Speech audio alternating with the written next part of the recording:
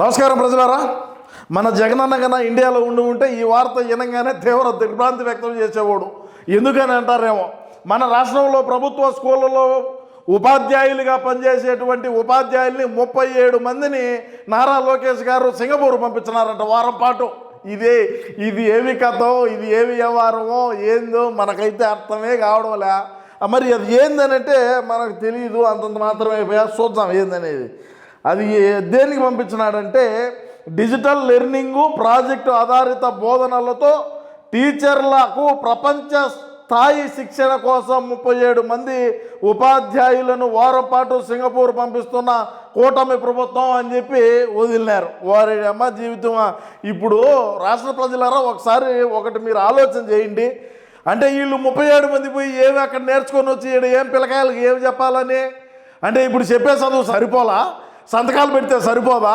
ఇప్పుడు మా అన్న ఉన్నాడు, ఏమి చదివి ముఖ్యమంత్రి అయినాడు, ఏమి చదివినాడని చెప్పి ఐఏఎస్లు ఐపీఎస్లు తలుపు బయట నిలబడుకొని వెయిటింగ్లో ఉన్నారు. ఇప్పుడు ఇదే ఉపాధ్యాయులు, ఇదే టీచర్లు, ఇదే ప్రభుత్వ బడుల్లో ఉపాధ్యాయులుగా పనిచేసినటువంటి వ్యక్తుల్ని మా నాన్న వైన్ షాపుల దగ్గర నిలబెట్టినాడు. ప్రజలారా, అది ఒక చారిత్రాత్మకమైనటువంటి ఆలోచన, ఒక చారిత్రాత్మకమైనటువంటి నిర్ణయం తీసుకున్నాడు. మరి ఆ రోజుల్లో ఇదేమి ఆశామాషా పని కాదు కదా. ఒకసారి ఇక్కడ మనం చూద్దాం. వీళ్ళు బ్రహ్మాండంగా ఫ్లైట్ టికెట్లు ఇచ్చారు, పాస్పోర్ట్లు పట్టుకోన్నారు, పోతారయా అందరూ.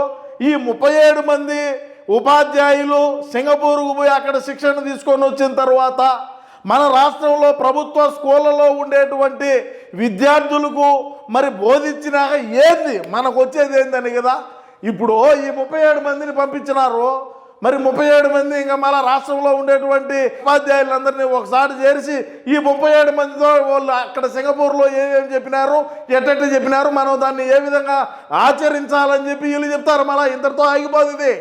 ఎవడికి అవసరం? నేను ఒకటి అడుగుతున్నా ప్రజలారా, మీరు బాగా మీ అభిప్రాయాన్ని కామెంట్ రూపంలో అయితే తెలియజేయండి. ఎందుకంటే వైన్ షాపుల దగ్గర కట్టి నిలబట్టుకొని లైన్లో చక్కగా రావోయ్ అనేది మేలా, ఈ ఫ్లైట్లు ఎక్కిపోయి సింగపూర్కు పోయి సింగపూర్లో వారం రోజుల పాటు అక్కడ శిక్షణ తీసుకొని మళ్ళీ తిరిగి మన ఇండియాకు వచ్చేది మేలా? మీ అభిప్రాయాన్ని తెలియజేయండి. ఈ బ్యాగులు ఎత్తుకొని ఈ లగేజ్ పట్టుకొని ఆడికి పోయి ఎందుకు ఇది బాధ? ఎందుకో ఏం అవసరమో? ఇప్పుడు మా పార్టీ కూడా మేము కూడా అధికారంలో ఉన్నాం కదా 5 ఏళ్ల పాటు. మరి మేము ఎందుకు పోతాం? మేము ఏదైనా సొమ్ము తెచ్చుకున్నటువంటి ప్రజాధనాన్ని మేము లూటీ చేసినటువంటి డబ్బులన్నీ కూడా దాచిపెట్టుకునేదానికి పోతాం. 37 మంది ఉపాధ్యాయుల్ని మరి ఈ నుంచి సింగపూర్కు పంపించి ఆరు శిక్షణ ఇది ఓయమ్మా, ఇది చిన్న కథ కాదా, మామూలు పని కాదు ఇదే. సరే, ఆడైనా అటన్నా నారా లోకేష్ బొమ్మ వేసుకోవడారా ఇల్లు, అది లేదా? థ్యాంక్స్ టు నారా లోకేష్ గారేనో, లేకంటే ఎందుకు ఈ విధంగా ఇటువంటి మార్పులు దేనికి చేస్తూ ఉన్నారు రాష్ట్రంలో? మరి నిన్న చూసినట్లయితే మనం 10వ తరగతి మరి మంచి మార్కులు వచ్చినటువంటి విద్యార్థులందరినీ కూడా మరి మెయిన్ పేజీల్లో అన్ని పేపర్లలో మరి వాళ్ళు వేసారు. మీరు ఓకే, అదంతా మీ ఫోటో వేసుకోవాలా, ఓకే, నేను దాని గురించి కాదల్లా. మరి మేము అధికారంలో ఉన్నప్పుడు ఇదే ఉపాధ్యాయులే కదా, ఇదే టీచర్లే కదా వైన్ షాపుల దగ్గర నిలబెట్టాం. మరి అది చరిత్ర, ఒక చరిత్ర. అది మీరు పెట్టగలుగుతారా? మీరు చేయగలుగుతారా? మీరు చేయలేరు. ఇది ఒక చరిత్రగా మేము పరిగణలోకి తీసుకుంటాం. మరి వీళ్ళు సింగపూర్కు పంపించడం ఏందో, ఈ కథ ఏందో, అది ఇప్పుడు మేము ఉన్నాము అధికారంలో, కల్తీ మద్యం తయారు చేసాము. మరి మేము ఎక్కడ శిక్షణ తీసుకున్నామా? యాడికి పోయిన శిక్షణ తీసుకున్నావా?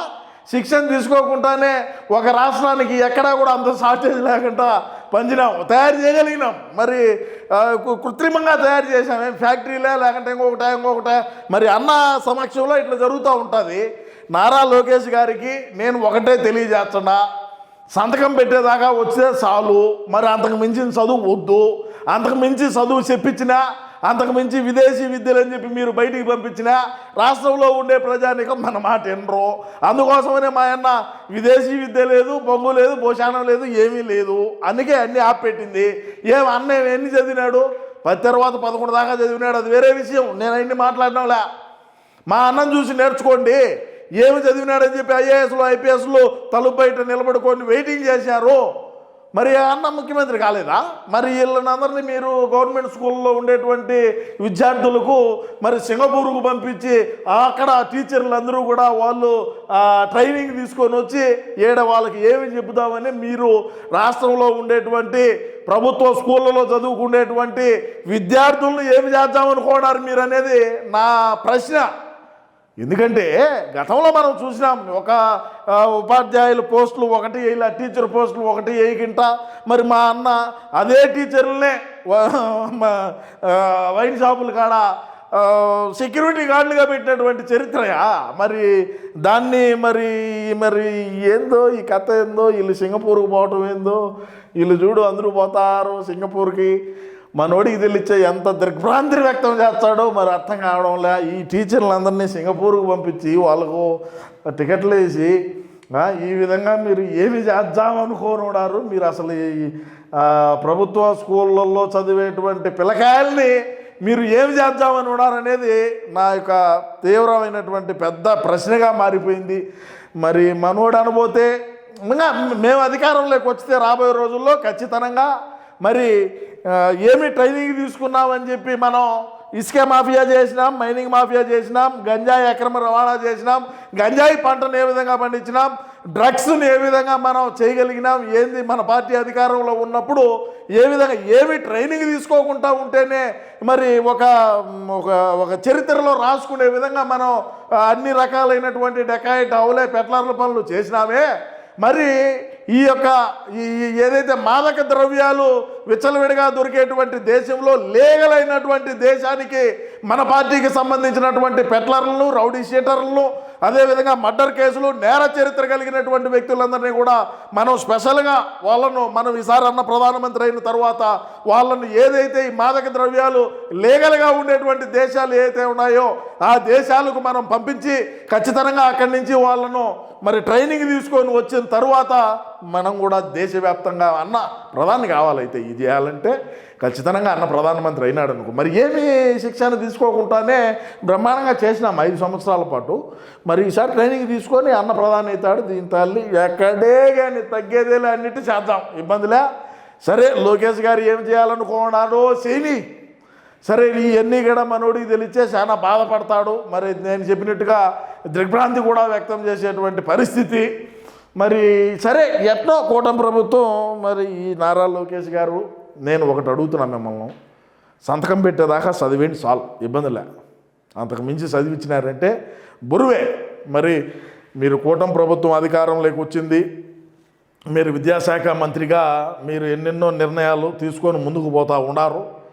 అంత ముందుకు అంత మరి ప్రజలకు మరి అంత చేరువైతే మనం కూడా ఇబ్బంది పడతామని చెప్పి నేను ఈ సందర్భంగా, అది నా అభిప్రాయం కాదు, మా వాడి అభిప్రాయం అది. కాబట్టి మీరు కొద్దిగా అది చూసి మీరు ఎడిగినా పంపించేట్టుగా ఉంటే ఇంకొకసారి కూడా పంపిండి, కానీ సింగపూర్ లాంటి దేశాలకు పంపించి మీరు వాళ్ళను మరి ట్రైనింగ్ తీసుకొని వచ్చారు. మరి ఇక్కడ పిల్లకాయలు చెప్తారంటే సరే, ఏది ఏమైనప్పటికీ కూడా రాష్ట్ర ప్రజలారా, నేను ఒకటే అడగదలుచుకోకుండా, వైన్ షాపుల దగ్గర కట్టి నిలబడుకొని సక్రంగా రా అనే పని మంచిదా? సింగపూర్కు పోయి వారం రోజుల పాటు శిక్షణ తీసుకొని వచ్చేది మంచిదే అనేది మీ అభిప్రాయాన్ని తప్పకుండా కామెంట్ రూపంలో తెలియజేయండి ప్రజలారా. నమస్కారం.